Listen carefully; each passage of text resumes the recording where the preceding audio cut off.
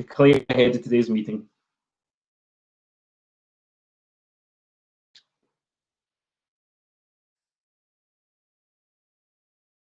No, thanks very much. Agenda item number 2, the COVID response and recovery. Katrina, I believe you're going to take us through some of the points in this paper. Yeah, thank you, Chair. Good afternoon, everyone.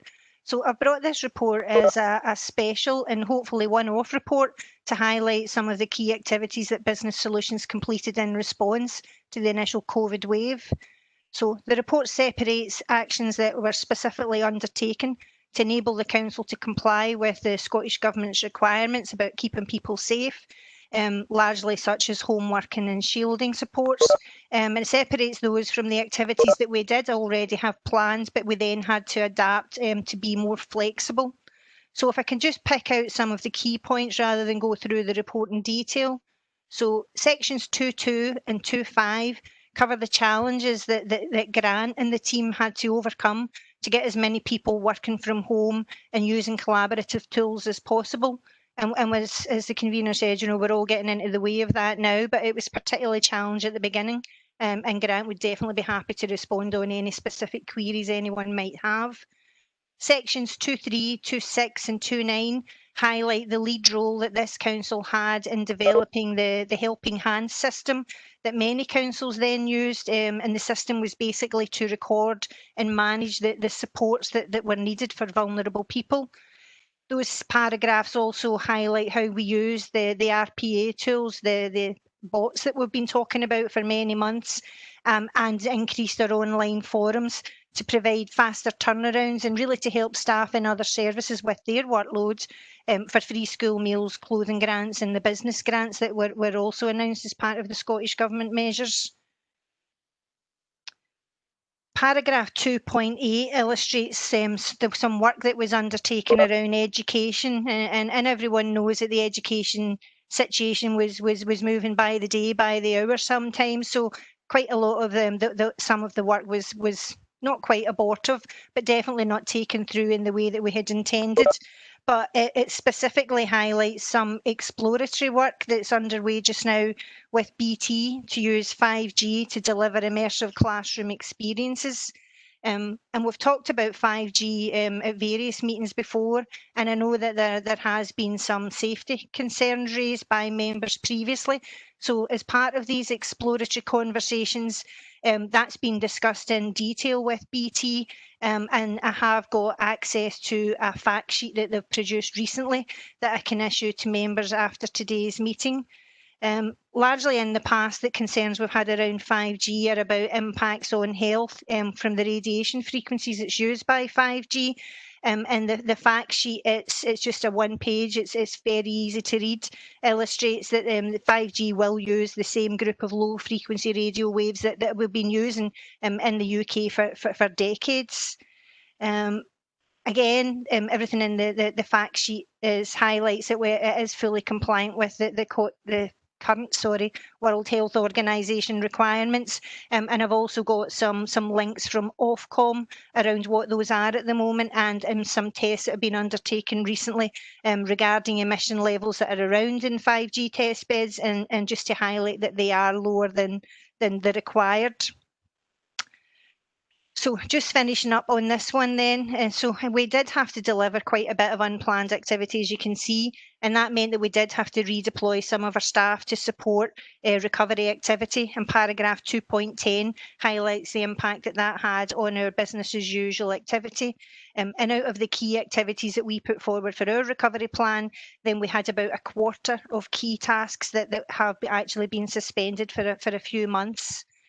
So got a presentation coming after that, and there's more detail in that presentation around paragraph 2.11, but probably worth highlighting just now that, you know, as going forward for Business Solutions, our key priority is to help priority services recover in line with the Council's published recovery plan, and then just happy to take any questions. Thanks, Katrina. Absolutely, no doubt a huge amount of work done in unprecedented times, especially getting everybody to work from home when it was forced upon us, you know, during the pandemic. Councillor Cameron, you've got a question? Yes, well, it's not so much a question as a request. First of all, let me say congratulations to the officers for the amount of work that's been done in the past few months and getting things up and running.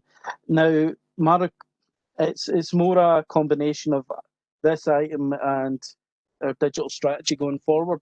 Given we've now had several months of operating via phone link and online, I was looking for it if it would be possible for us to get a paper brought to us that specifically gives us the results of the last, say, 6 months on how the most vulnerable constituents have interacted with only being able to use telephone communication and internet communication with the council.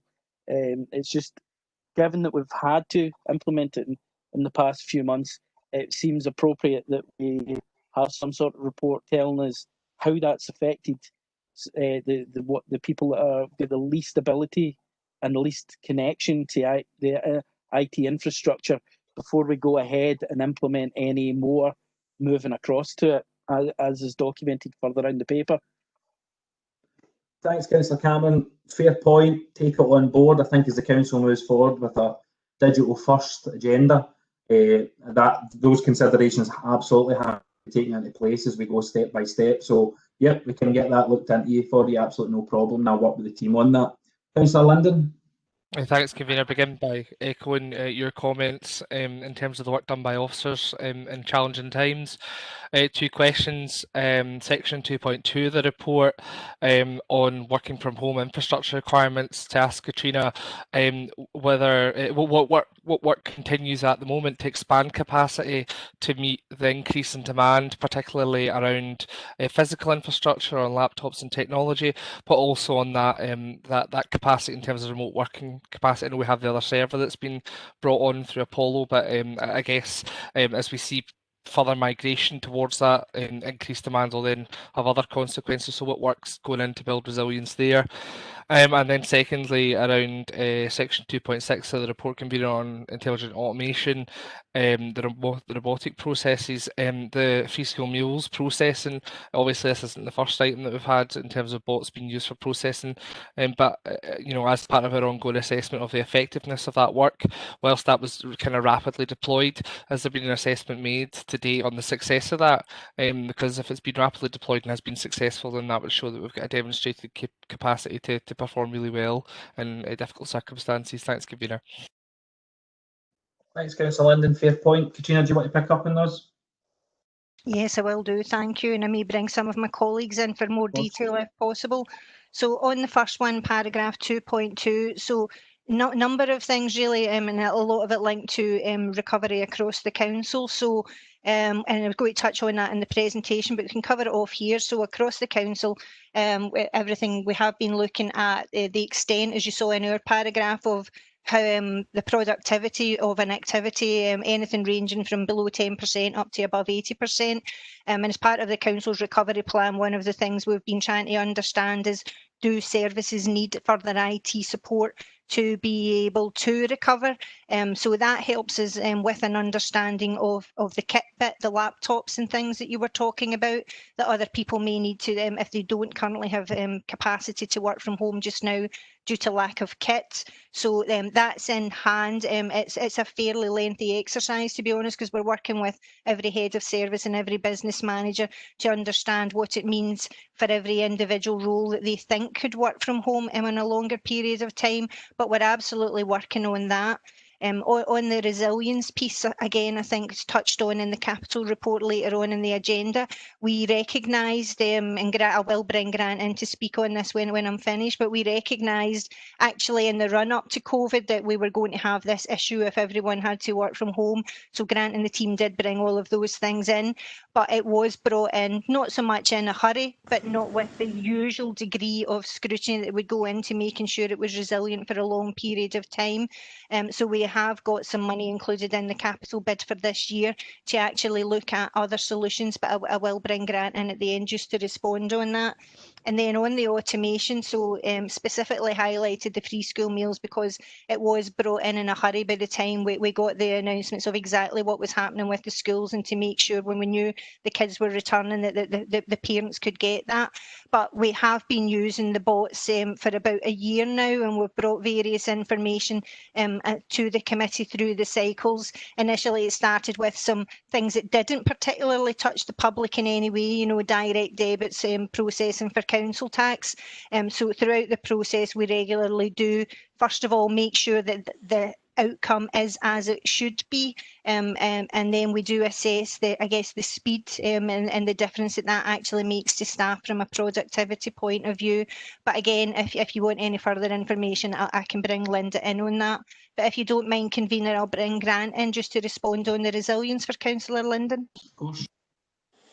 No problem. I think the important thing to say is that we scaled up what we had before. We didn't design it for thousands of people working from home. And you know, we had to go through a process of where previously we were maybe seeing somewhere between 50 to 100 people on average each day working from home, to demands of up to 2,000 people working from home. So clearly, you know, we didn't have that capacity just sitting there, because that would be a waste of money.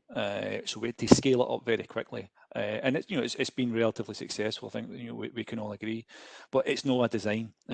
So what we're now doing, and we've asked and received capital monies, is to actually look at a review of remote working and say, well, what does that actually need to look like in terms of resilience and capacity for the organisation?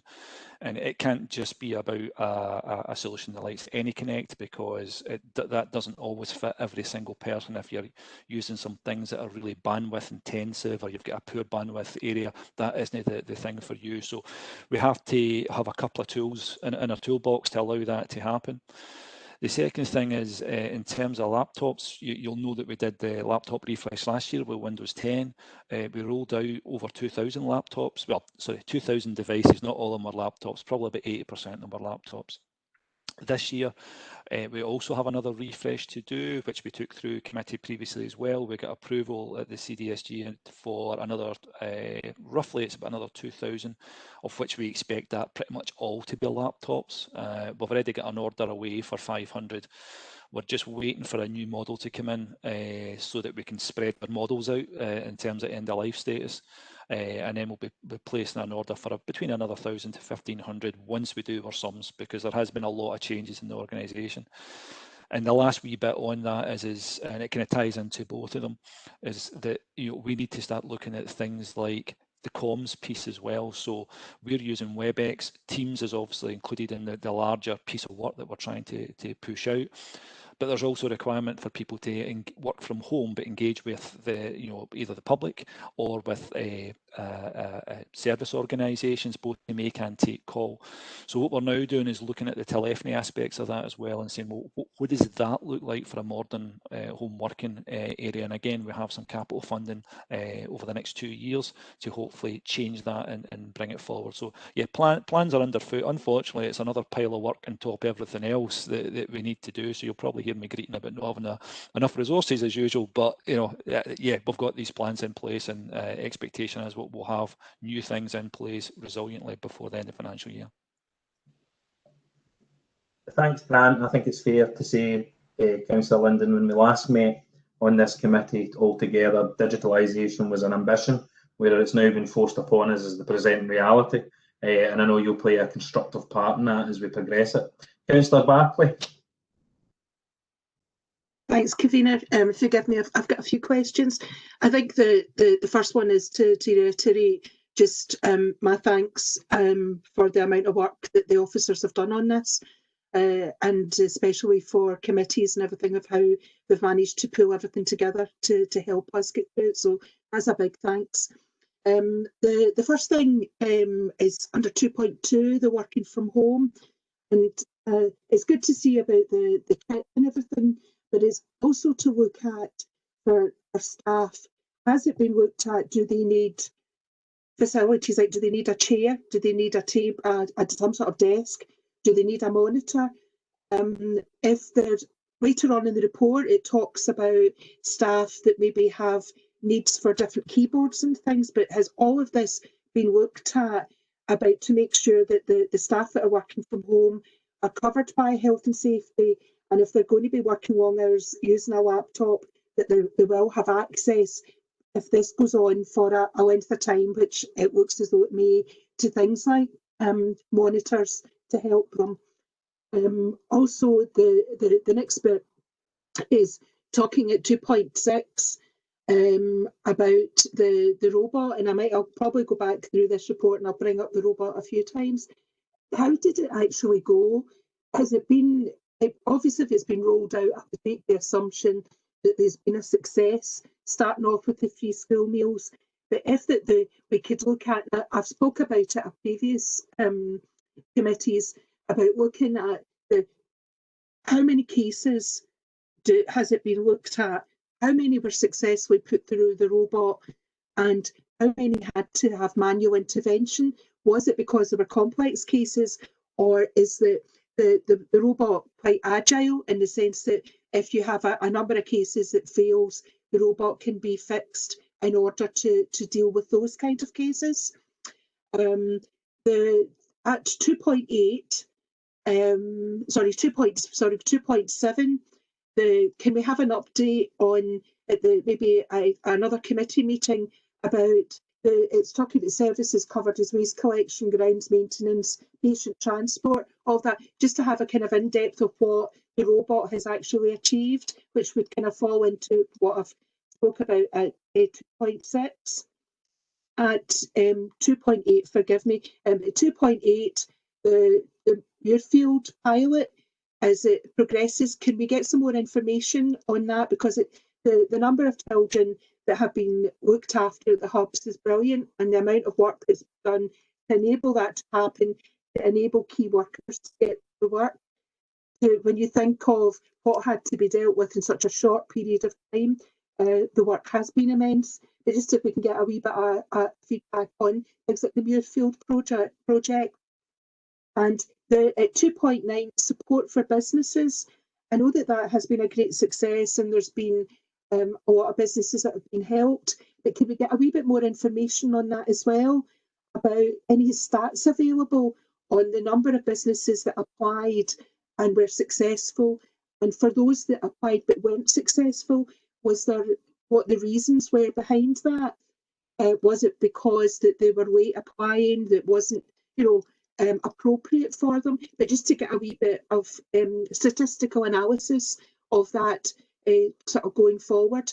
But overall, a really good report, and thanks for that, Katrina. Thanks, Claire, and appreciate the comments. Obviously, more in-depth stuff you require, I'm sure the officers will be able to present to you, maybe perhaps after committee. They probably won't have it on hand. But Katrina, if you just want to give a sort of overview to Councillor Barclay's contribution there. I will do. Thanks, convener. So first one then, paragraph 2.2 about non-ICT kit, chairs, etc. So yeah, there was lots of communication issued through our HR Todd team working with Stephen Penman's team out to the staff on a regular basis, and good promotion through MyNL, which all staff can access on personal phones as well, just to make sure that staff, I guess, could adapt as well as possible. But all staff were asked to go on and do their training for health and safety and working in the house, workstation assessments, etc. And then on the back of that as well, we monitored how many people had done so, and where there were gaps, and we would go back and say to our staff, it would really help us if we could understand if your situation at home is comfortable, or any issues you've got. So there was considerable amounts undertaken there to make sure that we understood any issues that the staff had, and anyone who needed a special chair, if they have such in the office, was able to come in and take it home. So lots of our staff have already taken away proper chairs for sitting all day that support their back, extra monitors if they've got lots of figure work, etc. to do. So yeah, I'm fairly comfortable that we did everything we could at a point in time, but obviously that's not concluded yet, and there's a little more to go, given it may be more prolonged. So how many cases, any manual intervention? So on the bot, yeah, I don't have that. I'm not even sure if Linda would have that, but yeah, we will get that to you. But the bot itself, what it largely does, it's desktop automation. So it largely replicates at speed the manual tasks that the staff would have gone through to receive those free school meal or clothing grant applications, the checks that they would then do going in and out of different systems, and then the final kind of passing them over to creditors for payment. So it does that at speed really, and can do so 24/7, but we absolutely will get that extra data and share that with all elected members. 2.7, the DigitalNL, yeah, so that's specifically around the service sprints, and one of the things we have always said is, as we are working with services, and the sprint basically is looking at every process, every function that the service does. First of all, understanding, is it a necessary process? Is it used for something? If it is, can it be automated with the bot, or can we then build that on the technologies that we're going to cover later on, the major technology components? So we've got a big backlog actually of processes that have been identified that people would like to take forward with the bot, but we always try to do these proof of concepts, and say we started with the ones in council tax, did move on to some in the housing world, and now this is us actually starting to bring them in. It's the back office stuff that supports the front line, but yeah, absolutely, we can provide details of what that is to elected members.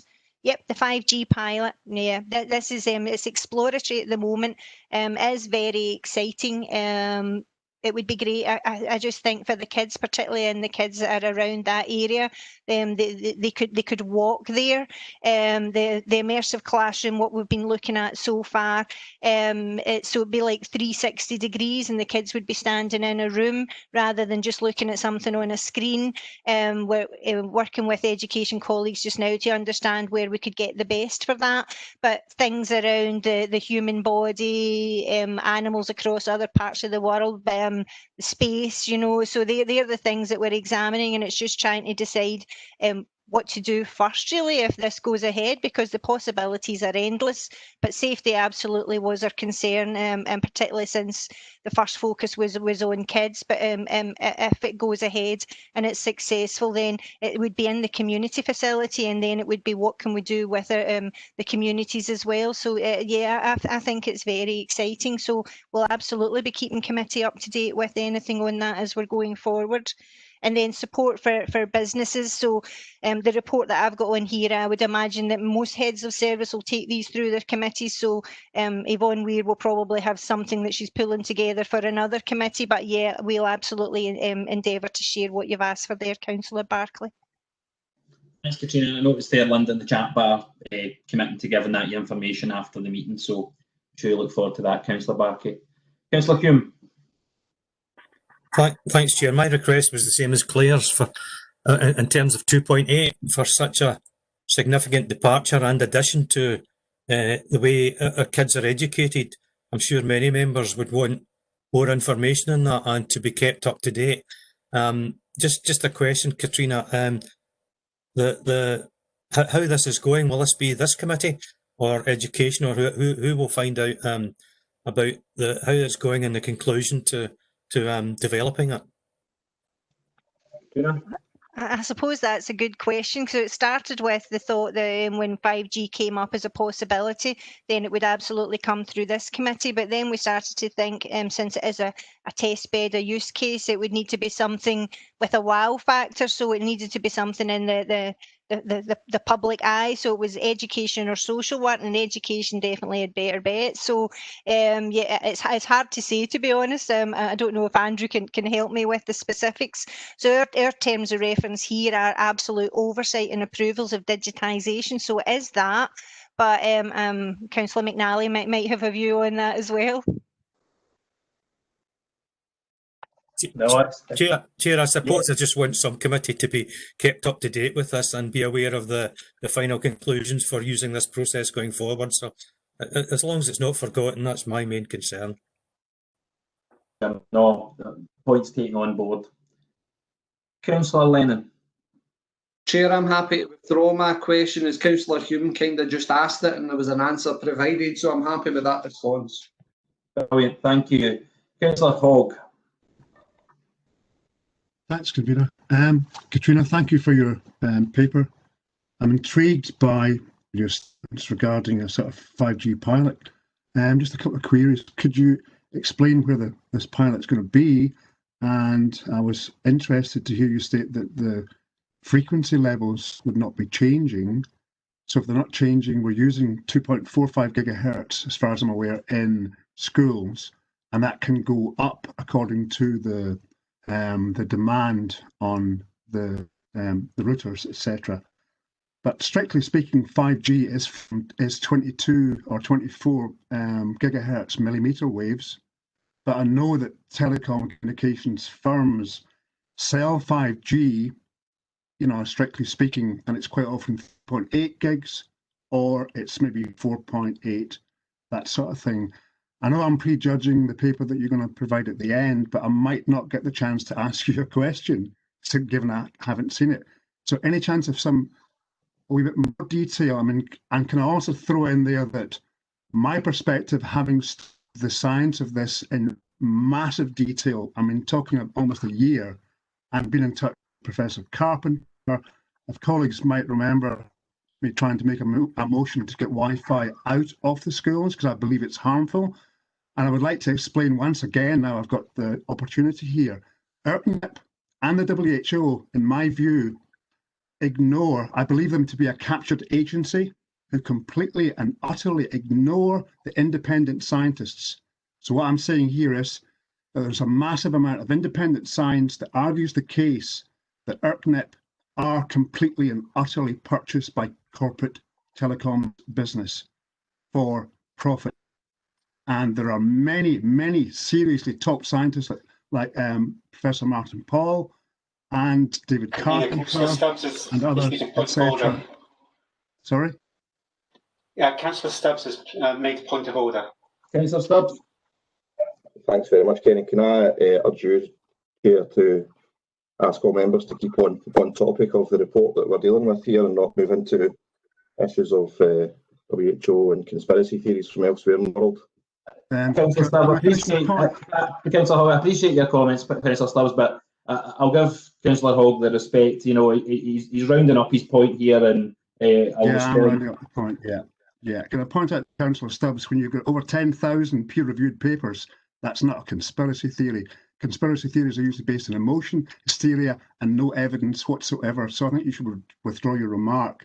I have great concern regarding any increase in the frequency to the children under our care, and it would be remiss of me not to point out what the powerful science of independent people is saying, and it would be remiss of my colleagues not to take that seriously as well. So let me underline that. I'm simply asking Katrina just to point out the frequency levels and how something that's already 2.45 gigahertz in Wi-Fi can actually be described as 5G. Is the power density frequency changed, or what's the explanation? Sorry to prejudge your paper, Katrina, that's coming to us, but my apologies for that. But I would just like to be reassured simply that we're not increasing the PDF because there are a list of different things that can happen to the children. You know, I know I don't need to go and explain that. Those that don't want to know it can stick their heads in the sand if they wish. I will not. So it's helpful to get some comments to reassure that we are not upping the PDF or potentially cause more harm. Thanks for that. Thanks, Councillor Hogg. Katrina Grant, are you in a position to offer a response? We can pick up on some, but obviously maybe not all of the detail that would be in the papers I was going to pass out. So the first question about where, so that there is 5G connectivity available. We got some tests done on this at early doors inside the Muirfield Centre and all around the Muirfield Centre, and that is why it's been identified as the area that we were wishing to explore. And it's a community facility, and if we go ahead with this, the intention, as I say, is that it would be a long-lasting thing to be able to be used for, initially for education for the schools and into the community. But as for the specifics, I've got just a few stats in front of me. So, as I was mentioning, Ofcom's published their latest measurements that they had taken around the electromagnetic field. So they've looked at 16 sites in the UK this year, and they've published an updated measurement support, and it looks at 10 cities in particular. So what they're saying is maximum measured at any mobile site was approximately 1.5% of levels, including signals from other mobile technologies such as 3G and 4G. The highest level from the 5G signal was specifically less than 0.04% of the maximum that's set out in the international guidelines. So what I don't have in front of me just now, Councillor Hogg, is the hertz. I don't know if Grant would be able to specifically respond, but the links that I have there in the fact sheet has all of that information in there. And if once it's issued after committee, if you've still got concerns, then please do come back. We'll respond to you, and also with the permission of the convener, share with everyone in the committee. Grant, have you got anything you could add?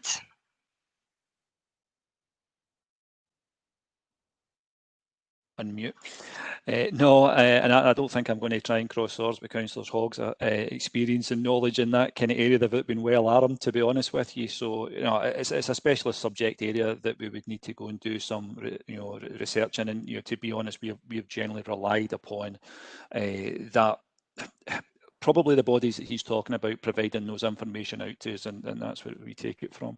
What we could say is that in terms of Muirfield, the funding stream that this is getting done through with BT is particularly to do with 5G. However, the environment and the equipment that's actually put in there would not necessarily need to use 5G in the future, nor if we decided to use that in other areas would we have to use 5G. But it's been done in such a way as to demonstrate what 5G can deliver in terms of the speed of content and connectivity. But clearly you could be connected up. So if we decided somewhere else down the line to do this and we still had those concerns, we could continue to do it in a different way.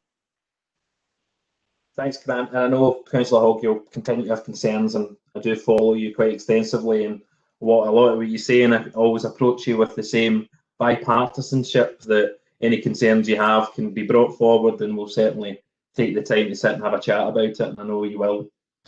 So nobody else has indicated they want to talk, so I can assume that recommendations 1 and 2, we have agreement. Thanks very much, colleagues. Agenda item number 3 is the presentation of the DigitalNL journey and future build. Katrina, you're going to take us through this screen share? I am indeed. Please bear with me just while I share my screen.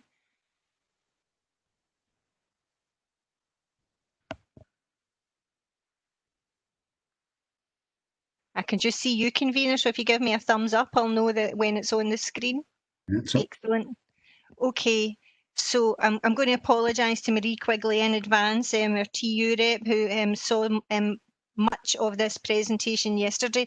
But if you don't mind, I'm just going to run through it. I'll try not to spend too much time on things that we've covered before and focus really on the key things. So what I was wanting to provide today is just an update on the DigitalNL programme.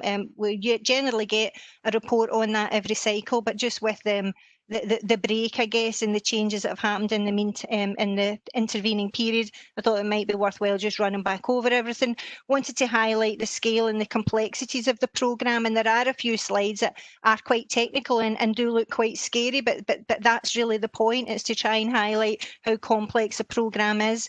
And again, just on the back of the report we just covered there, just try and highlight the range of interdependencies between this programme, the recovery activity, and a whole host of other corporate projects that are underway that staff are involved in as well.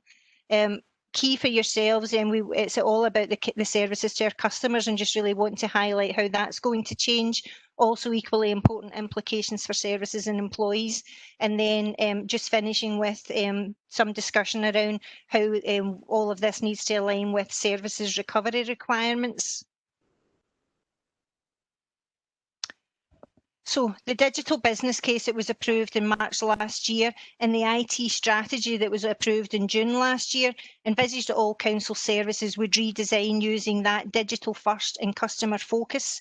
And as you can see from this programme of work snapshot, digitisation does indeed feature really heavily in the reports that are coming through this committee, and also many of the other committees for consideration. Not going to get into them in detail, but again, if we just highlight there the programme of work down the left, this is the reports that regularly come to this committee, and those down the right hand side largely are the programmes of work and the interdependencies that digitisation links in with for the rest of the vision.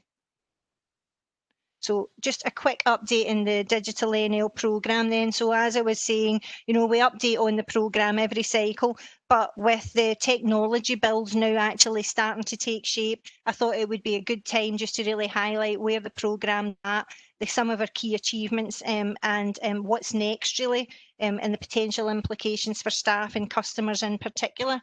So we've seen this slide quite a few times. It was also in the business case, and down the left-hand side there, these are the key DigitalNL strands. And as we said earlier, I think most people would agree that whilst this was our ambition and our vision, we're now right in the middle of it, and many people can now see that remote working has made it easier for services and staff to see and understand how these opportunities can work in practice. But if I just pick out just a couple, so on the digital economy, if I know it's tiny for you, but the black ones really are the ones that we're now actively looking at as part of the programme and coming through the committees. 5G we were just talking about, and data and infrastructure we've already examined previously. The council's aim to get that world-class digital infrastructure in its area to be able to do all of the things that's listed in the digital programme. Digital transactions, so e-forms and online payments we've already talked about, and the customer relationship management system and the integrated systems is largely what we're aiming to move on. Digital workforce. Somebody going by my window, really noisy, apologies. Digital workforce, that's the things we've been talking about as well. And analytics and insight, again, the reports that were brought through about the Business Intelligence Hub highlight that the plan is to get that single source of data and slice it and dice it in lots of different ways, so that officers and yourselves can get access to a whole host of information much more easily than we can at the moment. So some successes to date, if they come up, oh, went too fast. So I've got 18 key things shown here on the screen, but I was just wanting to pick out 4 or 5, and some of them we've talked about already, looking at the response to the recovery. So if I pick out the programme of service sprints, so we've just been mentioning that's the DigitalNL, it's a process service redesign, and as we work through that, the aim is to get the process as lean as possible and to do end-to-end automation so that we can basically add value to those customers who need it most. If the digital skills programme's one that I'm always really keen to pick up on. So because everyone is, particularly the staff, are now having to use different technology from that they used before, then with the new learning management system, there's been a power of work done really, and I think it's referenced in some of the later reports as well, to try and get really good training materials and small bite-sized things rather than masses and masses of things that take half an hour, already up and available for the staff, so that the newsletters and the announcements that we're sending them about what's coming, then they know that they can start going in and playing around with these, and there's lots of videos on there for them as well. Home working and the shielding app we already talked about. Bandwidth we already talked about. The digital economy in place, that you see that in the IT strategy. There's 4 work strands to that, and the first is that world-class infrastructure, getting more fibre, getting good use of 4G and 5G to be able to do all of the things that the council wants to take forward. And again, the bot, etc. So these are a lot of the things that have happened recently. So this is our journey. I will try to be brief. I just really wanted to put as many things on as possible, and obviously a copy of the presentation will be made available to everyone later so that you can see this in detail. So starting at the bottom left hand side, where we started initially was that review of all of the services, and we had a specified release plan, came to committee I think February for approval to move forward with year 2, and obviously year 2 is the thing that we had to change in line with recovery. But those that we've already been working with or that are concluding, Employee Service Centre, Waste Solutions, Fleet, and we'll touch on them and some of the other things. So system integrator, and this is one of the other reasons why I thought it'd be good to just bring everything in a presentation. So now that we've got the system integrator in place and all of the discovery about all of our systems is concluded and they're starting to build, you know, we've got a really good handle now on what the future looks like. But a couple of things I wanted to highlight is skills transfer. So we built into our contract with the system integrator that there will absolutely be a skills transfer into our technical staff in particular. And Grant had jokingly said, you know, he doesn't have enough resources. That is true many times, I'm not going to lie. But it's they're also having to now support a lot of new things, and we're working with Agilicis to make sure that when they leave us, when their contract ends, that our own staff have got the skills and capacity that they need to be able to keep the council moving forward. Social benefits, again, we previously brought information to committee on the social benefits that we were intending to get from that contract. Lots of it was in the education piece, working with the schools and colleges. So again, our comms report later, it has had taken a bit of suspension, but this is something that we're absolutely working with them to try and find different things to do. COVID response we talked about, so we don't need to say anything else. The same with Accelerated Office 365. Cloud is obviously a key component of what we're trying to do. And the aim is, and I got a few technical slides on that later, to transition as many of our applications as possible to cloud hosted so that people can access them anytime, anywhere. Certainly much better for remote working. So there's a significant work stream underway there. Customer Services Hub and the Business Intelligence Hub, we've got a report on about that, so I'll say no more on that. And then I will end later on with the recovery, but a couple of key things just to pick up. So 489 business areas identified in the council's recovery plan, and 314 of them say they need IT support to be able to recover. So as I was saying earlier on, you know, our intention is absolutely to do that in line with priority services, and any of our future service releases now will be based on the council's recovery plan. So the technology components, so on the right hand side there's 3 there, the digital workplace, Office 365, the cloud migration we talked about, and the customer relationship management system. So that's what they are. I'll not go into the detail of what's there, but ultimately the aim is to have much more integrated systems and to do that digital first and customer focus. So the scale and complexities of the programme, that's simply a chart that we drew one day in a staff briefing to try and understand the complexity and all of the different links. I won't go into it in any detail other than to say the sort of bottom left box is all of your Office 365. The bit in the middle with the wee orange box is the Dynamics, the relationship management system, and then all the other things are people, line of business systems. So that's just a nice wee easy to understand drawing, but what it tries to do is highlight the complexities. This next one, I will not go into in any detail at all. It's really just there so that elected members can see that it is a complex plan and there's lots of interdependencies. When we come to committee every cycle, we try to give updates on all of these key work streams down the left-hand side. But it is a massively complex thing, and I suppose the main thing I'd like from people to take is that the comfort that we do have a very detailed plan, and we're working through it and can update on that at any time. This slide again just tries to highlight some of the new tools that are there. So the ones in the middle are the ones that I'm going to focus on today, because they've got, I guess, the biggest impact for the staff. So that is all of the new tools that are coming on board. So we've started to see in the acceleration, you know, different use of Teams and Yammer and collaboration tools. But there are a whole host of tools coming on, and it will mean that staff need to be trained on them, and that they'll have to work a different way, even in the way that they just save files and things, whether they're office-based or frontline. And we've got that training programme there to help with that.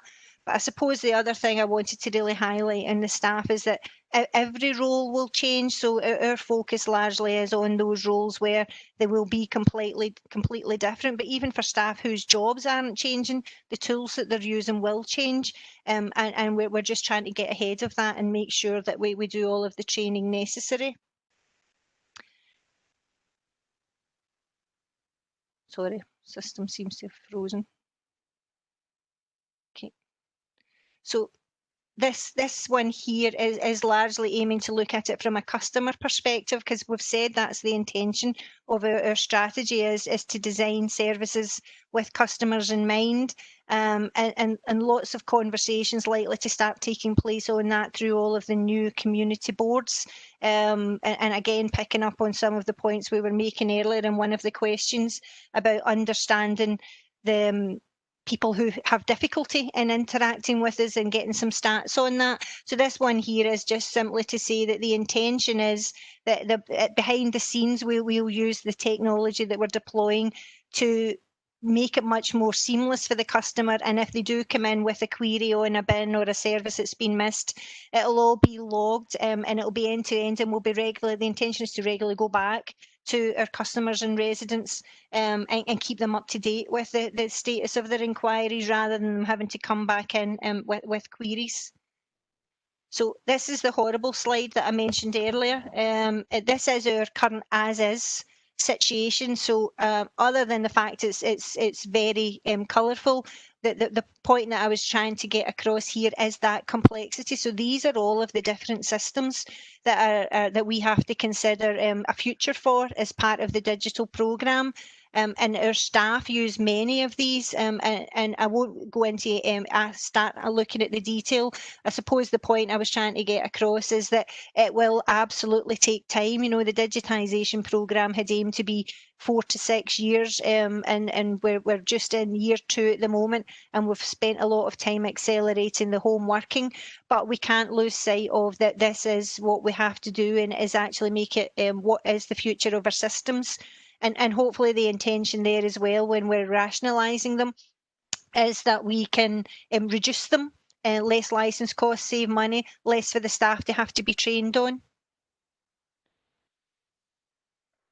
So, and this is the customer services hub. It's just a wee graphic. It really just highlights the key components of the customer services hub and how it's going to operate. But there is a report on for that, so I won't cover that in any more detail. Same with this other slide. This was trying to take the customer services hub into the context of the strategic performance, strategic framework that the council's got, where we've got our high level indicators are improving outcomes through the programme of work and day-to-day operations. So, and the aim is obviously to be able to give our customers access whenever they want, but for the council to have that single view of the customer to help us better and help yourselves better with decision making and planning. So to be able to take it all forward then, so successful implementation, we've covered this before, but I felt worth highlighting again, you know, three key things, that was hard for me to say, that we absolutely need. So our people right at the top then, as we're changing them, it says here, clear process for redeploying, recruiting and exiting staff, and also effective engagement with the TUs in training and transition. So I just wanted to clarify, you know, when the full business case came through council, that there is no intention for any compulsory redundancies. So the exiting simply does highlight that there is a need to reduce staff to be able to save money, but the intention is always to redeploy and to use VRS where possible. Technology we've talked about, and the process. It's absolutely essential that we use all of the processes that we've got in place in the council to be able to manage this, and give yourselves assurance that it's been processed, organised, and is the most efficient way possible. Just very quickly then, finishing on recovery. Hope I've all got you all still with me. So this is just a snapshot of the council's recovery plan. Hopefully everyone's familiar with that. This is the specifics then around IT. So of those 489 activities we talked about, 249 needed to recover by the 30th of September. And in our situation, we're really interested in how many actually need IT support, and 65% said that they needed IT support to be able to move forward. The pinks and the reds are the services that are not fully recovered, and given the volume of support that's needed, and everything else that we have to prioritise for the council, then our intention is to prioritise those pinks and reds first. And this is just a quick summary of what that looks like for the council. So of the 489, then 59 activities haven't yet recovered and need digital and ICT support to do so.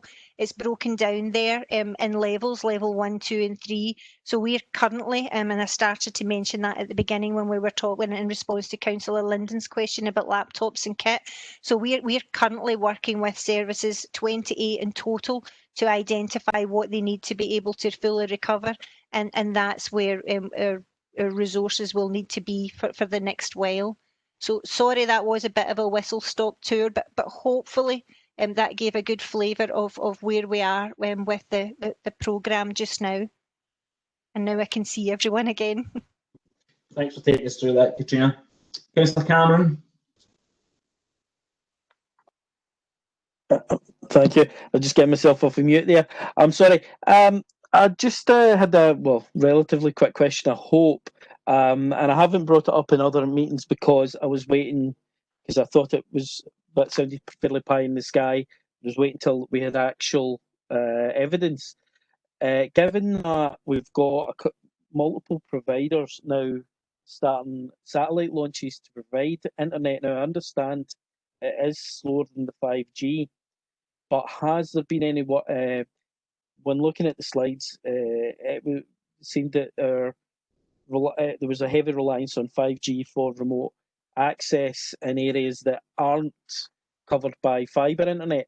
I was wondering if we had done any work on looking at accessing the satellite provided internet when it actually rolls out over the country. I'm aware that currently it's Mr. Musk that's launched satellites, but there are other companies and providers in the process of launching at the moment. So it is, and it will be a widely available technology, just perhaps not quite as fast. Thanks, Councillor Cameron. I hope you weren't presuming that North Lanarkshire was going to launch a missile into space there or something, but I'm sure Katrina or Grant will pick up on your point. Yeah, I'll start first and then I'll bring Grant in because that is very technical. So we've covered off in committee before that we've got approval to prepare a tender for a connectivity partner. So we've got the specialist resource, a technical expert working with Grant and the team just now on what that might mean for us. So is it 5G? So we've always said it would be an array of different technologies. But it's early days, so the specific of whether that's been considered, I couldn't say, but I will bring Grant in because he's working much more closely with the technical expert and can advise on that. Thanks. It's not an area that we're actively looking at. I can tell you that it's been about for a number of years, but it is generally much more expensive to consume in terms of bandwidth, and the throughput isn't isn't what you would expect if you're on fibre or on 4G. But that said, I'm sure it will come, but it's not actively in our kind of portfolio of things we were expecting. However, if one of the service providers that when we go out to market wants to come back and offer something, and it's within our gift to accept it in terms of financially, and it's suitable to us, then we wouldn't be against any of that.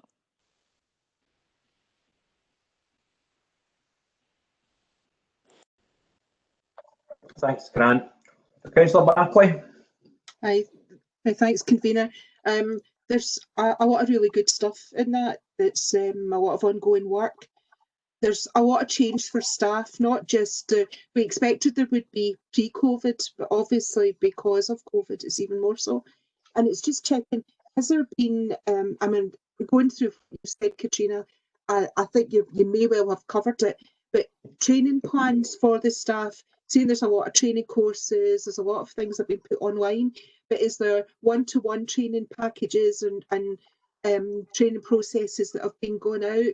And again, have the trade unions been involved in that side of it? Katrina?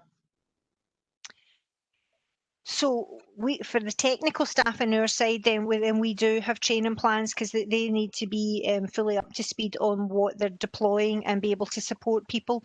On the specifics, so there's been lots of council announcements, and I'm just trying to think best way to respond on that. So we've got the intention. So obviously we have rolled some out already. It's fast tracked as part of COVID, and we've been giving out information to people on through my NLC announcements on where they can find things on the learning management system. So there's been a big push for them to look at that. For the specifics of roles, then the intention is that we would, we've got a roadmap and of migration. So the new tools will be migrated across the council, and we're aiming to do so by the end of March 2021. But as we're making that transition, then we will absolutely be working with our training colleagues and the unions to make sure that we're picking up on everything and that there are very clear training needs and any gaps identified for staff. So yeah, it's early days because we haven't moved to that open pilot yet. So we've got all of the materials ready and we've been promoting them, but the specifics of working with the groups has yet to happen. Thanks, Katrina. I don't see any further comments. Obviously, it's a presentation, so we'll just move swiftly on to agenda item number 4, which is the Customer Services Hub, which I believe, Jennifer, you're going to touch on.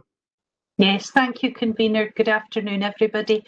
The purpose of this report is to provide you with an update on the development of the Council's new website by our business partner Digitisation, and in particular, how the website impacts on our Customer Service Hub and enabling customers to self-serve digitally at a way and at a time that suits them and meets their needs. The new website and our digital ambitions are both key components of the digital transformation strategy as outlined in the full business case, and they are essential to supporting the Council meet the efficiency savings and targets in our long-term business and budget strategies. The development of the Customer Service Hub was described more fully in the report that went to Policy and Strategy Committee in June. In time, the Customer Service Hub will deal with customer inquiries, applications, requests for payment from all service areas, and the schedule and the phasing of service areas to the Customer Service Hub is determined by the Sprint release programme that Katrina referenced and which was brought to this committee in February. The first sprint, therefore, that's transferring across to the Customer Service Hub, where there are high volume customer inquiries, is waste solutions.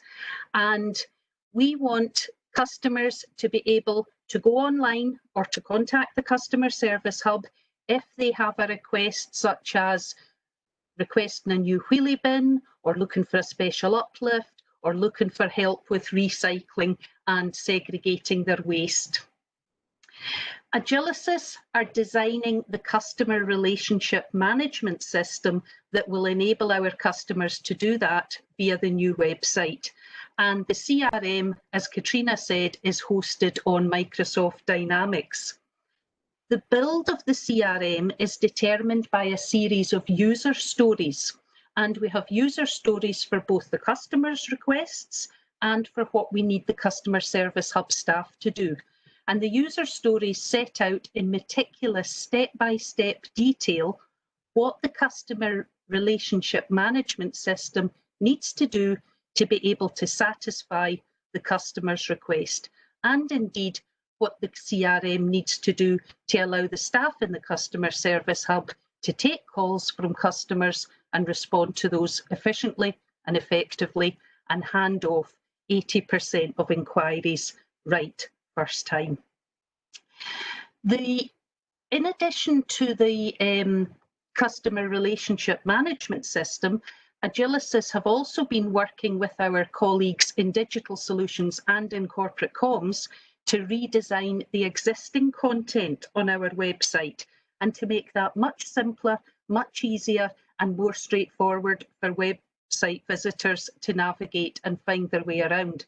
And as Katrina said, we are upskilling our own staff so that when Agilicis are no longer under contract and working with the council, we will have website designers and website publishers in the council who can design new content and bring new pages up onto our website without the need for external specialist advice. While Waste is the first service to transfer to the Customer Service Hub, Fleet and Built Environment are sitting in the wings ready to go, and we've also accelerated housing repairs and home care services because we recognise that there's potential to bring earlier benefits for our customers and service users in both home care and housing repairs, and also to realise efficiencies and more streamlined ways of working through the DigitalNL transformation programme. The Customer Service Hub will continue to use NetCall, which is the existing platform that we take telephone inquiries in on. What we are doing through the service sprints, though, is being very mindful of the potential volume of calls that might need to transfer over to the Customer Service Hub to make sure that NetCall has continued capacity to deal with that increased usage. Now, ultimately, we would want to be reducing the calls as more and more people go online and self-serve, but it's important that we get that balance and make sure that as we're migrating services into the Customer Service Hub, we are maintaining the capacity and functionality of NetCall. Moving on to the impact sections of the report, sections 3 and section 4.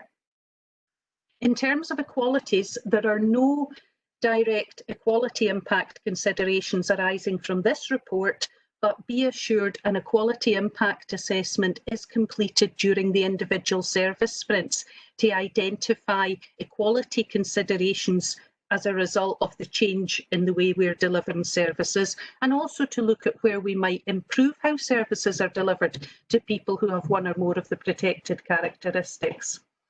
Likewise with HR considerations, while there are no direct implications from this report, the service sprints do have implications for our staff members, and any staff changes which Katrina referred to are implemented in accordance with the workforce change policy and reported through the workforce steering group.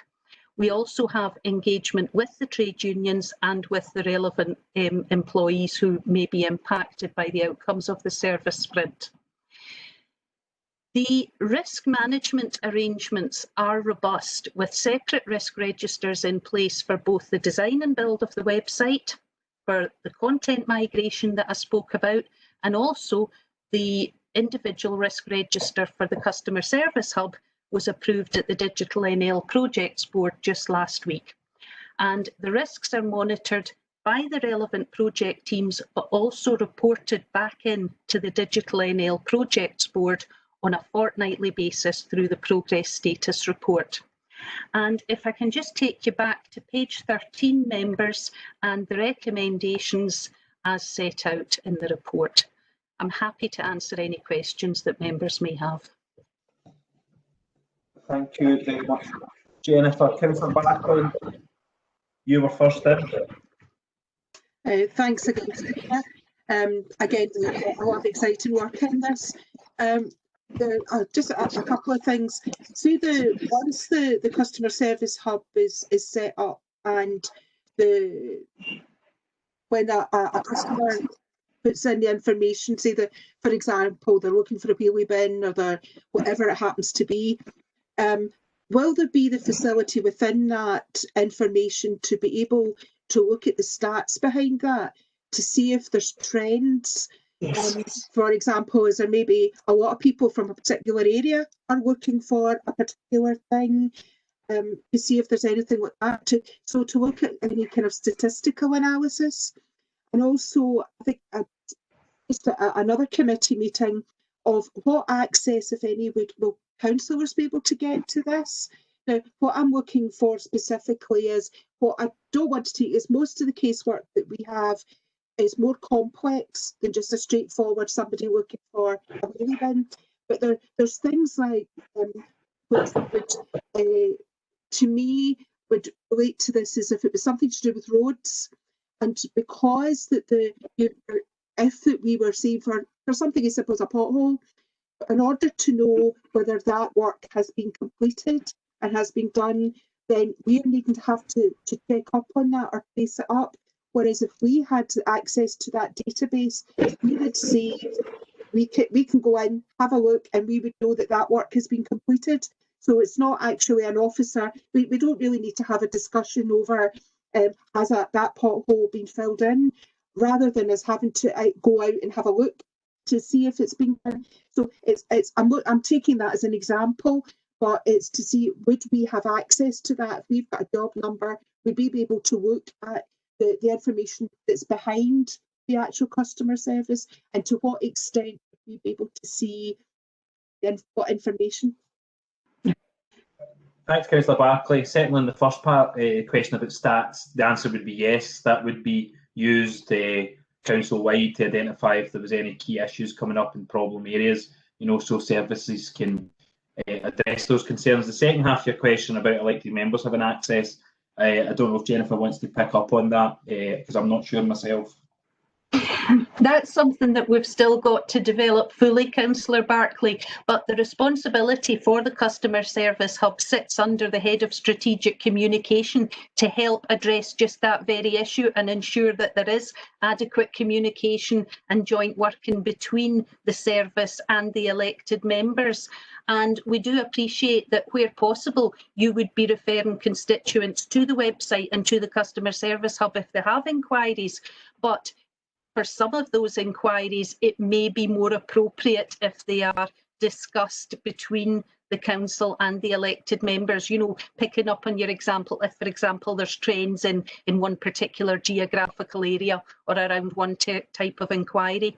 We do have a communication plan to support the rollout of the Customer Service Hub, and we identify in that we will engage directly with elected members to ensure we can keep you informed and up to date, and as I say, to look at solving issues jointly. Katrina, you want to come in on that? I did, just to add to what Jennifer was saying there. So, and it links back to the slide that I put up around that customer engagement and the links with the BI hub. So the other thing that we're aiming to do, and it links back to the stats, is to have both systems talking to each other. And the beauty of the BI hub is that dashboards can be created around areas of interest. Now, obviously, we haven't looked at this specifically, Councillor Barclay, just picking up on what Jennifer was saying, but there is absolutely a possibility that something like that could be built. So we're still looking into the detail around licenses and what we need and how it would all work, but we can certainly add that into our considerations. And Grant, you've got something to add? Yeah, we just need to be careful about the requests that individuals put in, and of course that's their request, and who else then gets to look at it. So there might be some things that we could build in where people could perhaps give a pre-permission for somebody to look at it. I don't think it's something we've actually thought about, to be honest with you, so it's not been an interesting one to take away. But that would be the main concern. So I think anonymised data, absolutely. The BI hub and everything that we do with there will provide you with that statistical thing, but actually accessing somebody else's information is something that's a wee bit more complex. That was all. Absolutely. Claire, you want a supplementary to that? Yeah, I think Grant's just actually answered it, because it wouldn't be if we had put, say for argument's sake, I'll go back to a pothole, but if I'd put in for a request or thing, then obviously I've originally got the original information, but to be able to look at that and to see trends or everything, it could be that we only see maybe what ward it's in, or see what areas, and the type of thing it is. We don't need to see specifics, especially under GDPR.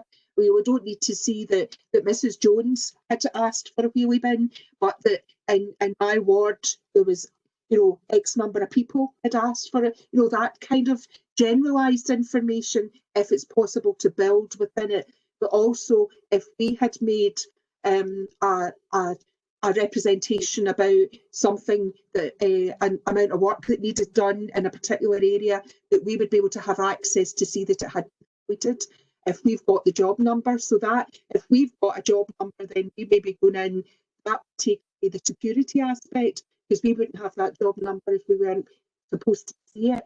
But I think you've kind of answered it, Grant, but thank you very much. Thanks, Councillor Barclay.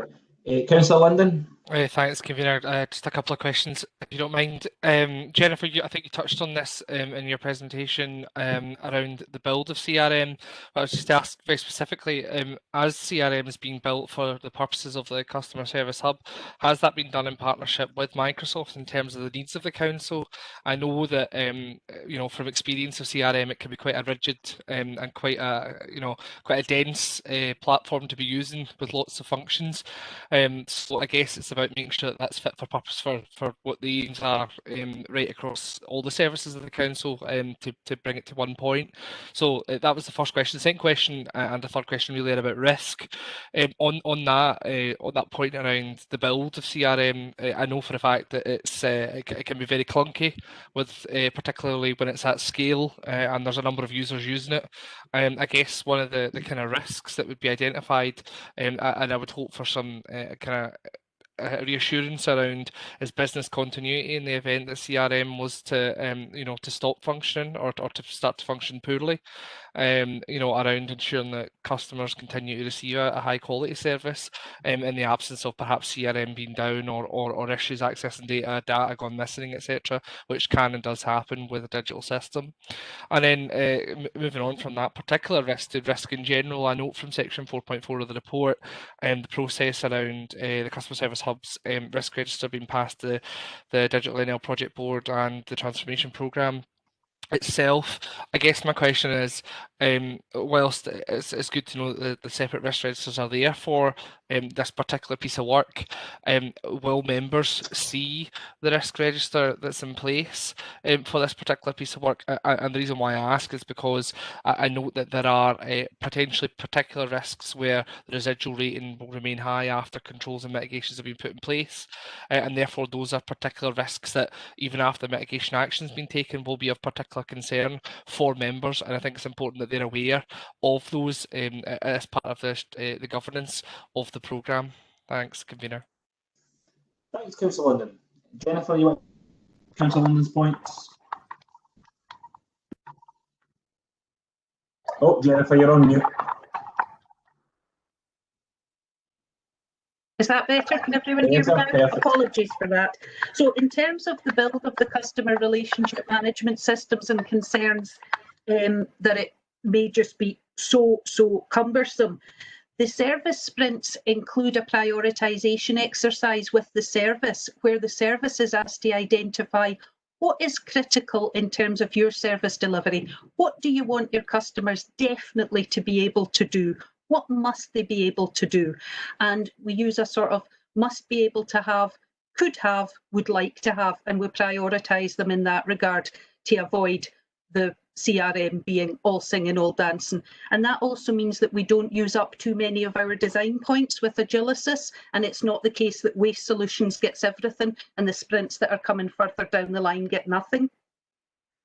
Likewise, in terms of the build for the content management system and the CRM system potentially becoming clunky and difficult to navigate, we are going to be rolling out user testing with members of the citizens panel to ensure that ordinary service users, members of the public, can find their way around the new website and the look and feel and tone of voice of it meets their needs. The risks associated with the CRM going down are captured in our services business continuity plan, along with all our other IT related risks.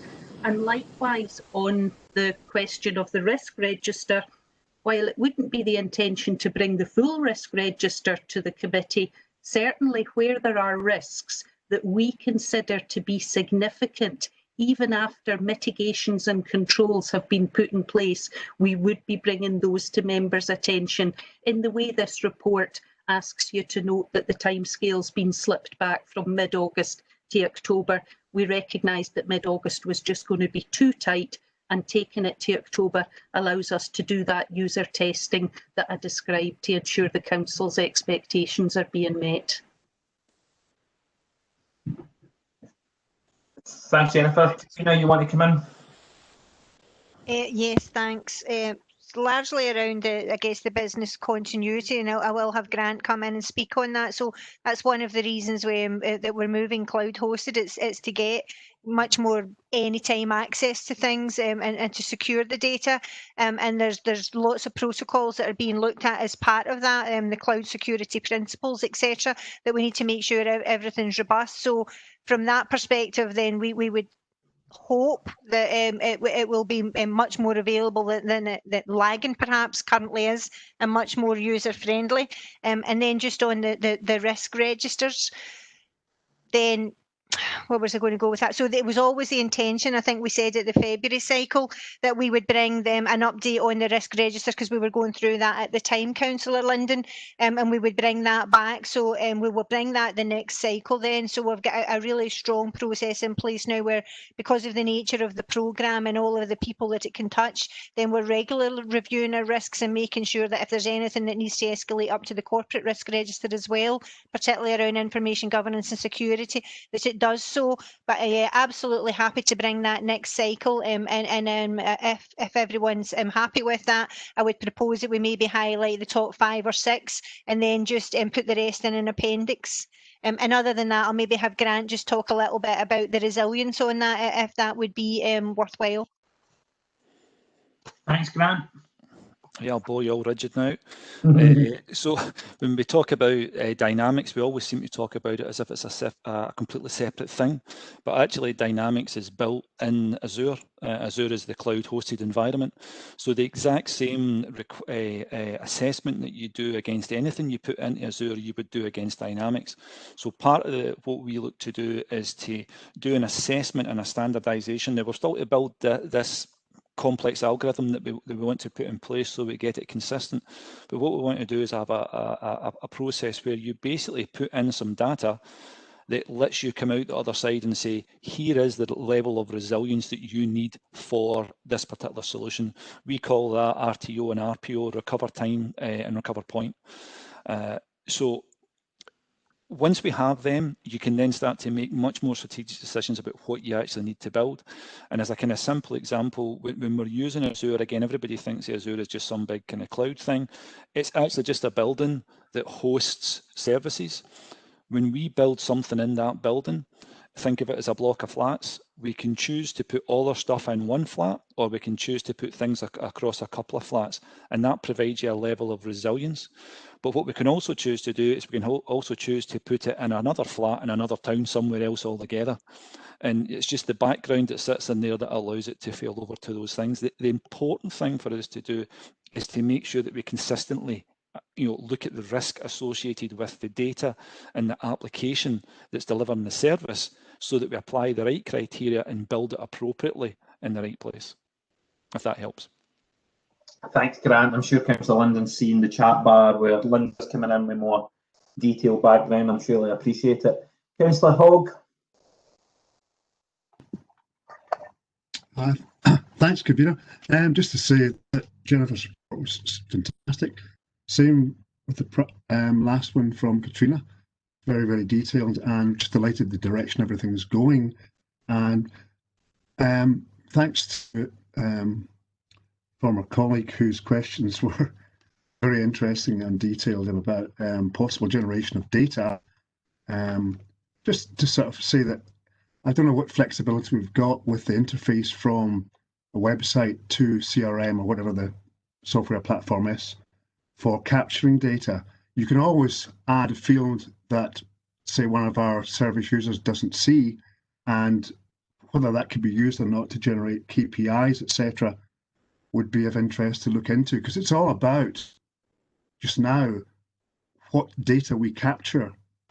And, 8 months down the road, when the programmers are gone, or a year down the road, we might have forgotten to add. So a thoroughness in that would be good.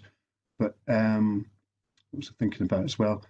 Councillor Bartley's points about information specific towards, possibly think about a code that could be put in relation towards. It would be interesting if we can generate KPIs rather than have officers a different system to do that from the interface. But at the same time, while we always want to improve our technical digital platforms and good service users for those on phones, PCs, etc., and test that to the limit, we also need to strike the balance of maybe elderly constituents or those who are on benefits, etc., afford these things where they can simply phone in. So as long as we strike the balance where we've got a perfect balance where people can phone in and we're still as friendly and that service user is available to talk to people, because really the human contact of speaking person to person is still most important. Although I'm very keen to see things automated that are simply looking for, print out of a piece of paper from schools or whatever. Let's automate that as much as possible. But that's my contribution, just to say we're heading in the right direction, and it's fantastic to see and hear the way we're going. So thank you very much for that. Thanks, Councillor Horgan. As it was said before, this was the point that this feedback is critical, because we have got the opportunity right now to shape it from contribution. So it really is appreciated. Nobody intimated, I don't believe, that they want in. Let me just double check, because it was going slow. Right, nope, nobody intimated. So I presume then colleagues will agreement to agree to the 3 recommendations. Thank you. Agenda item number 5, the digital and IT strategy review. Katrina, you briefly take some of the points through this. Yeah, thank you, Chair. So committee's terms of reference include full oversight of our strategy and our digitisation programme, and for that reason this report presents the first annual review of the strategy that this committee considered last May, and it was then remit for policy and strategy for approval. So just very briefly, the key changes from the strategy that you approved last year, including update of all of our base principles, our policies and our guidance, and we were doing that anyway, but it was a significant review then, really largely to recognise potential prolonged periods of home working, and to make sure that all of the tools that people need to are referenced and all of the guidance notes actually reflect that. So also the updates, clear references to other key elements of the plan for North Lanarkshire, such as the community hubs and our employability strategy, and just making sure that they're all linked all the way through. And then what we thought might be useful, because we've still got those key building blocks of DigitalNL and SmartNL, that hasn't changed, but I thought it might be beneficial to outline the top projects within both of those blocks that are actually getting worked on for this year, and we would then be given progress reports as we go through. And other than that, happy to take any questions.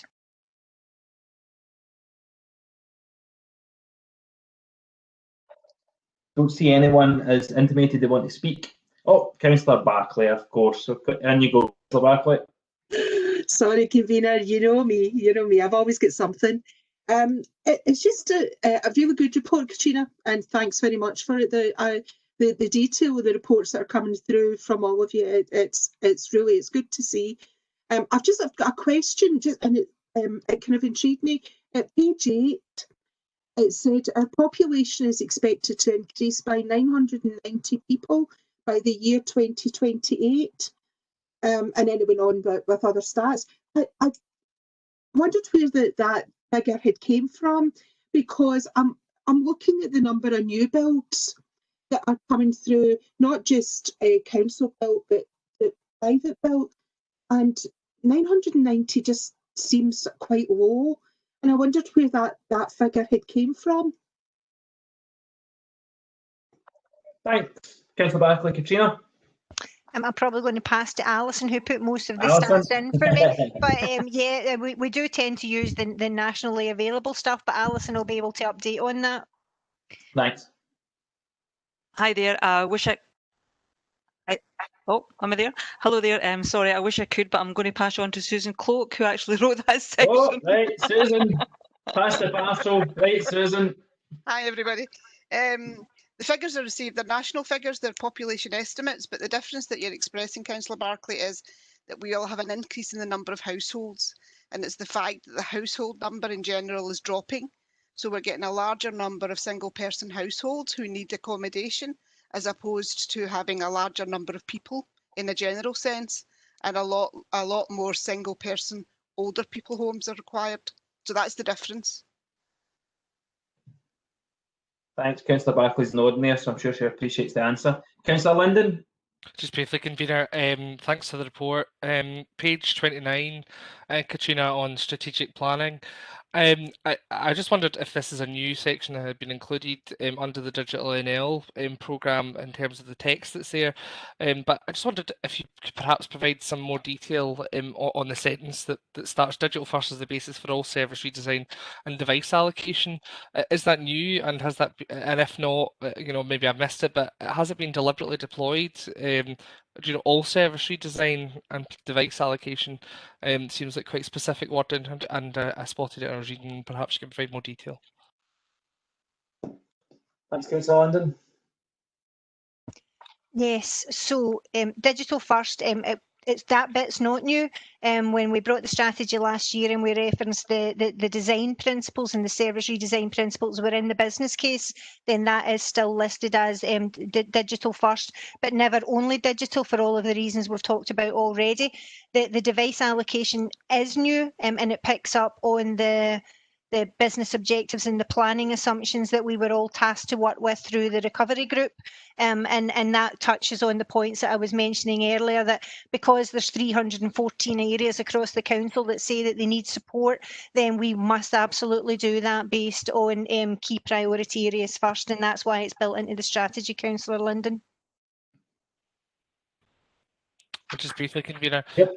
Thanks for that, Katrina. Just to be clear, for my benefit, then, digital first being the basis for all service redesign has expressly been mentioned before in those terms for all service redesign. There was no caveat applied in previous strategies. Yes. Yes. Okay, lovely. Thanks. Thanks, Councillor Linden. Nobody else is intimated, so I presume we can agree recommendations 1 and 2 on page 19. Thank you. Agenda item number 6, the DigitalNL communication engagement activity. Linda, if you just want to touch on this briefly. Okay, thanks, convener. Afternoon, everyone. Yeah, this is the progress report that we usually present to committee in each cycle. And against the backdrop of everything that we've seen and heard today, I'd just like to quickly take you through the level of communication and engagement that we've continued to fulfil during the course of the last few months. So the big thing that we talked about earlier on was the rollout of the new digital workplace. So that's Office 365 and the Teams part that most people across the council are getting familiar with. And there's a detailed explanation of the work that we've been doing around that to try and roll out both the pilot and then to ramp up the migration across the business so that we will have everyone migrated to Microsoft 365 by March 21.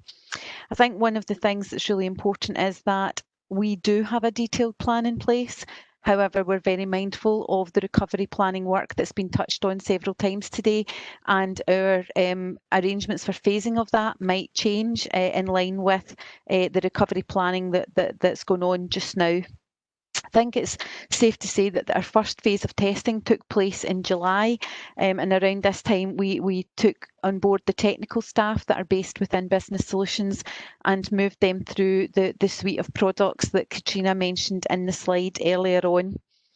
I think one of the things that's really important to highlight here at section 2.8 of the report is the fact that we've got a number of staff across the council, roughly about 60, who require assisted technology as part of their IT build.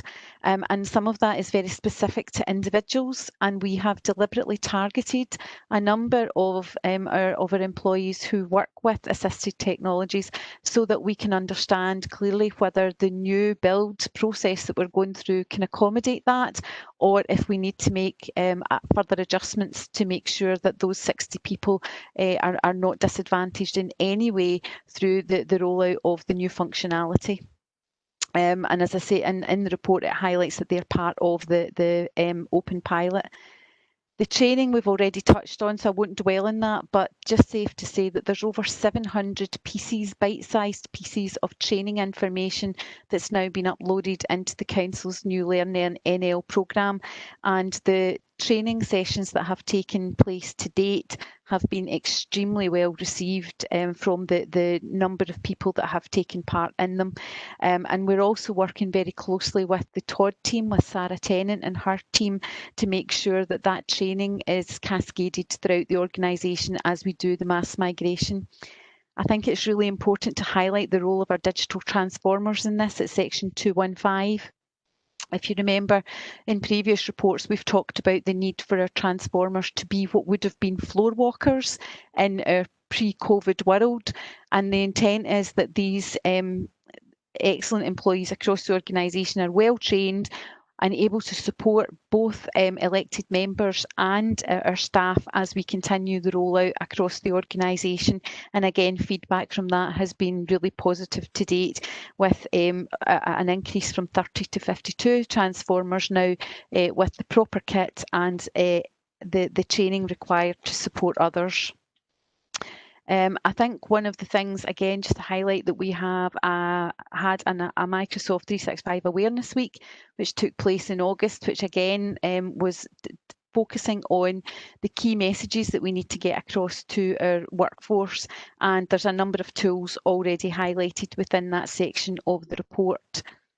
Quickly, I'll just mention the stakeholder engagement, because I know from members' point of view, it's something that's really important to you, and it's something that you ask about on a regular basis. So we continue to use Yammer Enterprise, particularly as part of our health and wellbeing, which is the points that Councillor Barclay has been raising throughout the course of the meeting today. And I think it's really important that we highlight the excellent work that's been carried out to make sure that we reach out to all of our staff, not just through Yammer, but through our other platforms, to make sure that the health and wellbeing of our employees during this time has been a significant inroads has been made from managers and so on.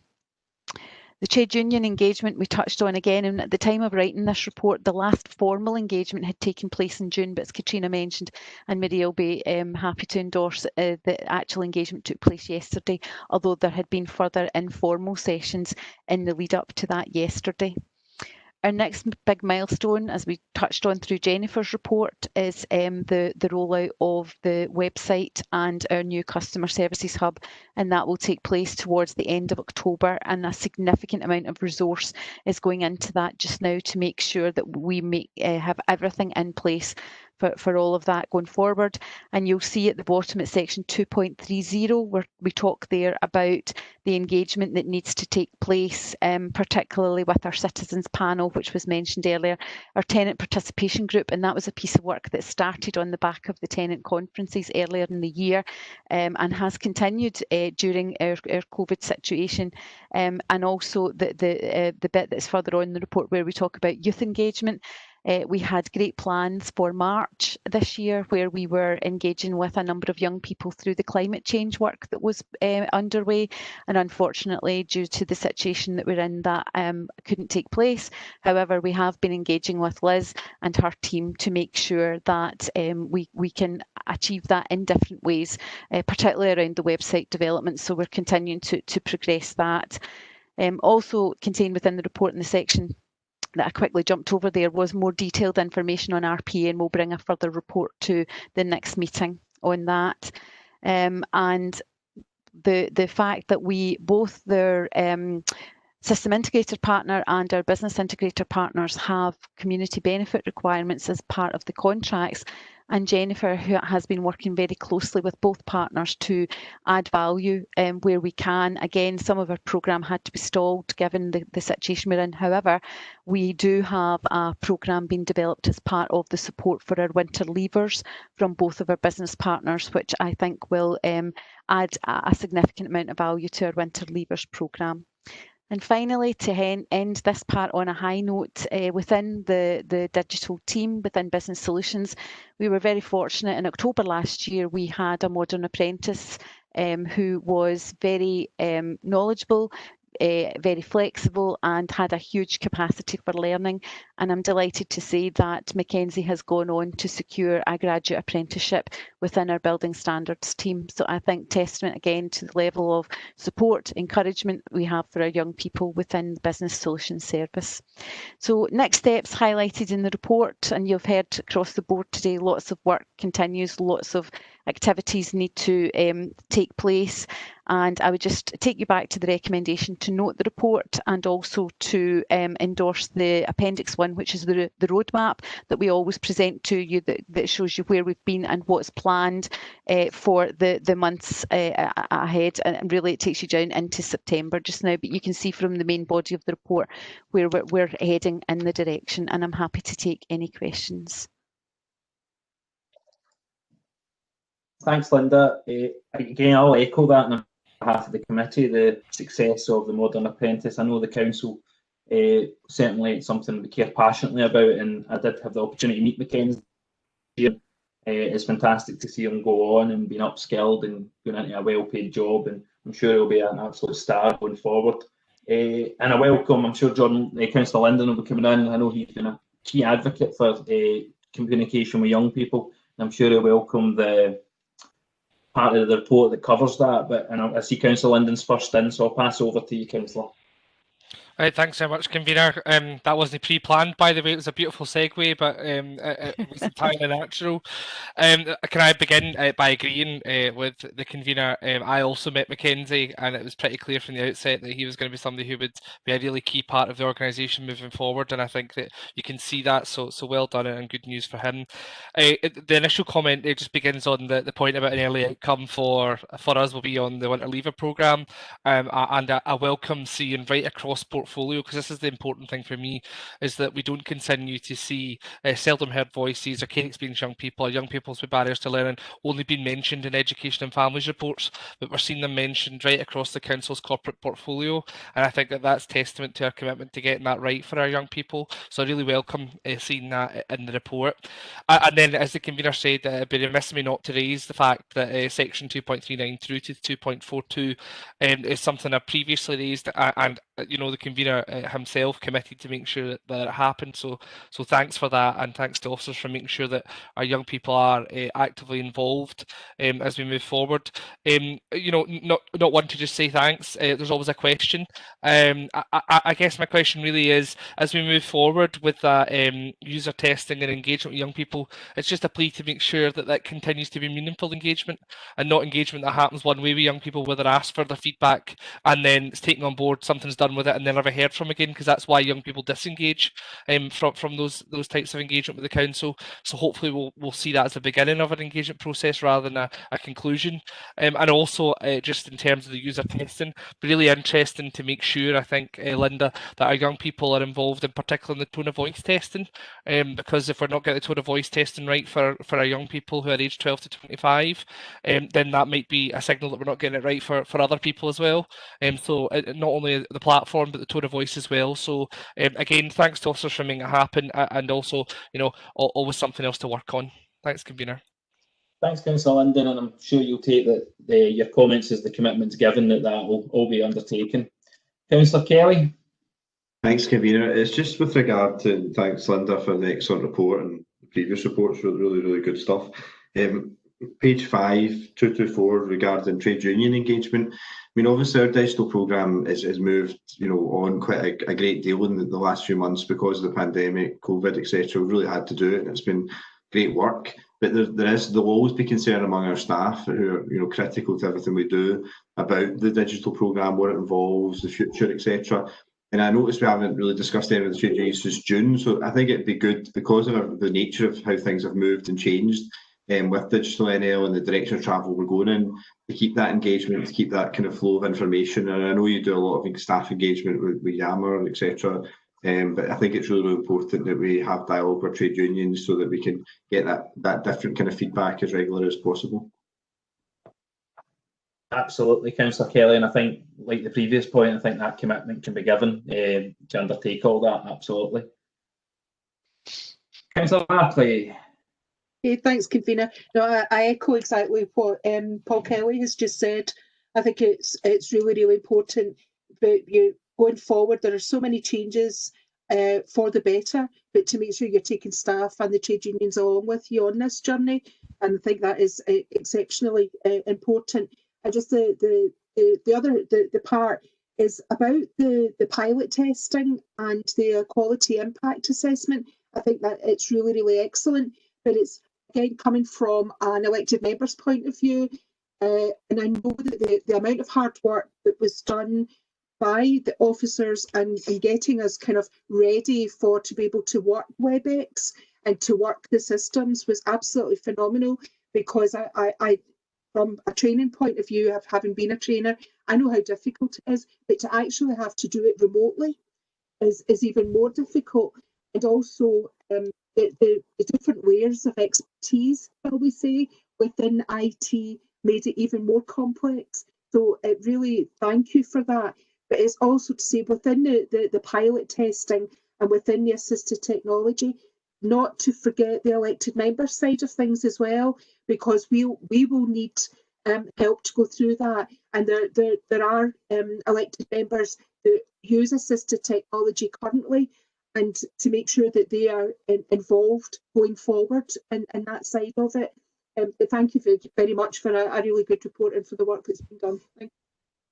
Thank you. Thank you, Councillor Barclay. Most welcome, Councillor Hume. Thanks, Chair. It was section 2 that prompted my thoughts around this, but really it's the whole thrust of transformation and digitalisation. As we can see from here how many processes are imminently going to be changed to automation, and we're seeing the plans.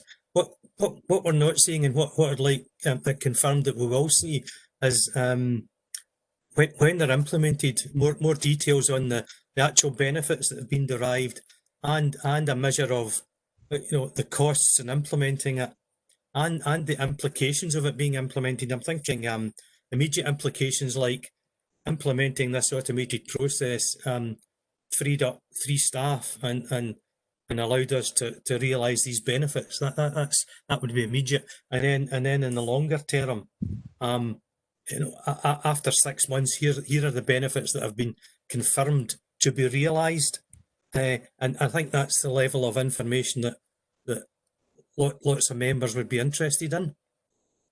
So that's the first point. The second point is, again, in this global transformation and digitalisation drive, the council has a varied success rate with business continuity and disaster recovery in the past, and as we move to more automation and digitalisation, it's absolutely critical that BC and DR are built into the processes. And I'd like a comment from either Linda or someone about that, because if everything's automated and the automation collapses, it's very difficult to pick things up.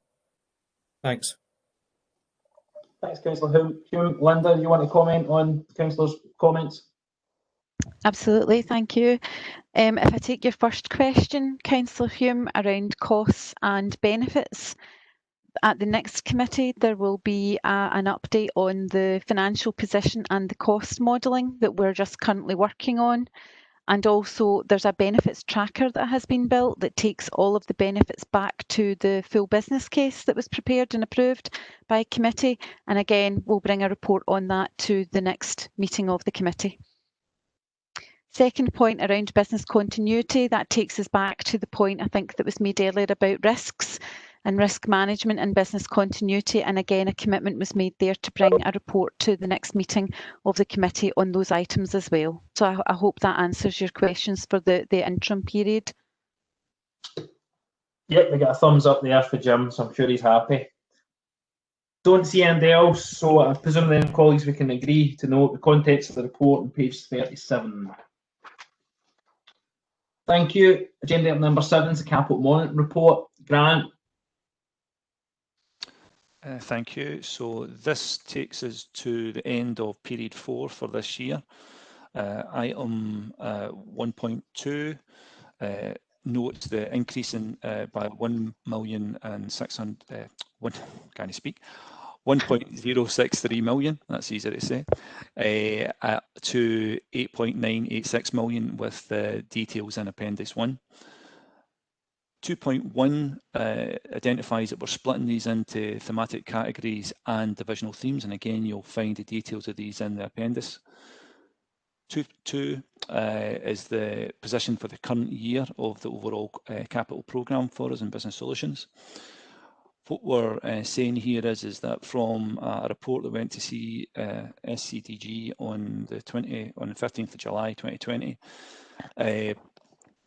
we have put in some service submissions that we mentioned earlier on there about some of the legal and essential spend that we need to do. So we spoke about things like moving from just a scale up in remote working to a design for remote working, and looking at things like our telephony and for device refreshing. So that kind of captures that in that area there. And again, Appendix 4 will give you a better breakdown.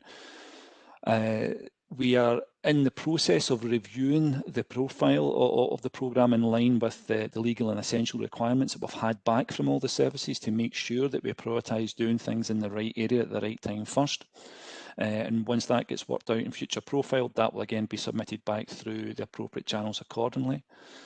In 2.3, this is a reminder that the original capital funding estimated for this was at 16.8 million, but only 12.5 million was included in the initial 5-year programme. The work that we've done over the last 18 months, particularly in introducing some new technology components into that and moving forward, gives us that opportunity to review exactly where that sits. And again, we will be redoing that, revisiting that and bringing it back through the appropriate channels with a new plan. But where we sit at this moment in time is currently a projection of 15.86, which is a revised shortfall of 3.36, which I think, if my maths is right, is almost about 900,000 less than what it previously was. And then the last area on Windows 10, we've kind of covered that earlier on. It's just a cover-all saying what we spent last year in terms of that Windows 10 project, where we took some of that money from. And again, of course, we've already spoke about how we're going to look to do the same in the coming year. And that was all. Thanks, Grant. Councillor Linden.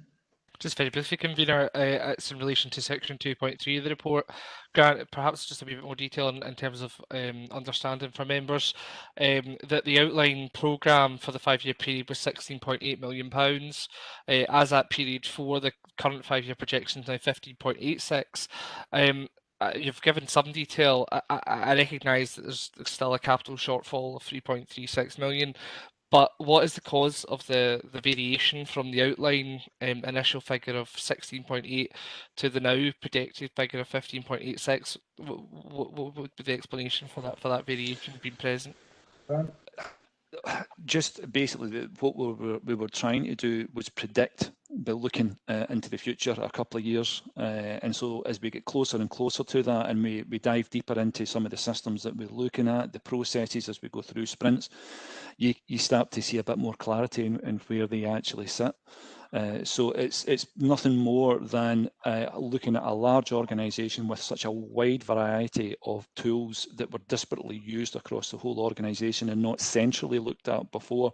That meant the view before that was obviously very, very wide in terms of trying to fit it into a ballpark. And so we're narrowing that down as we get closer and closer. Thanks, Grant. Katrina, you want to supplementary Grant's comments? Yeah, Councillor Linden specifically trying to understand the gap and why did we not budget for the full thing.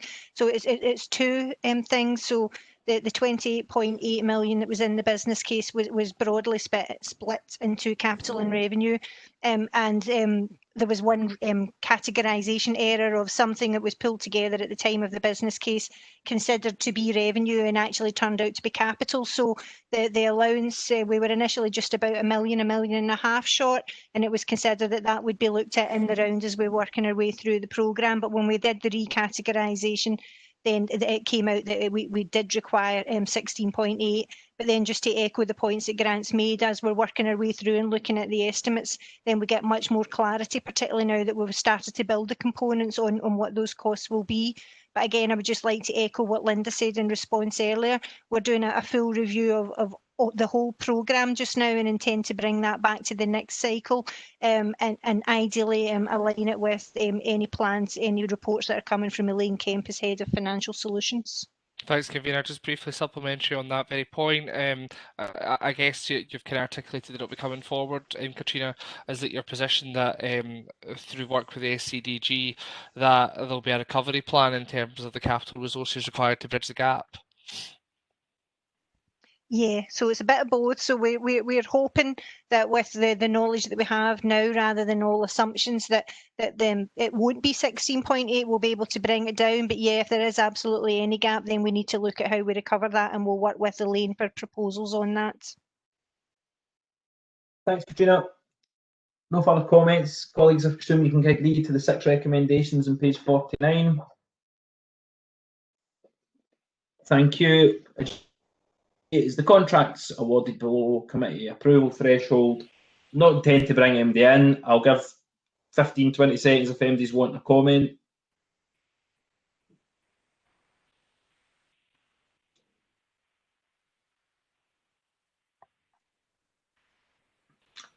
And I presume we can agree. Agreed. Thank you. Thanks, everybody. Have a good weekend. Thanks, Chair.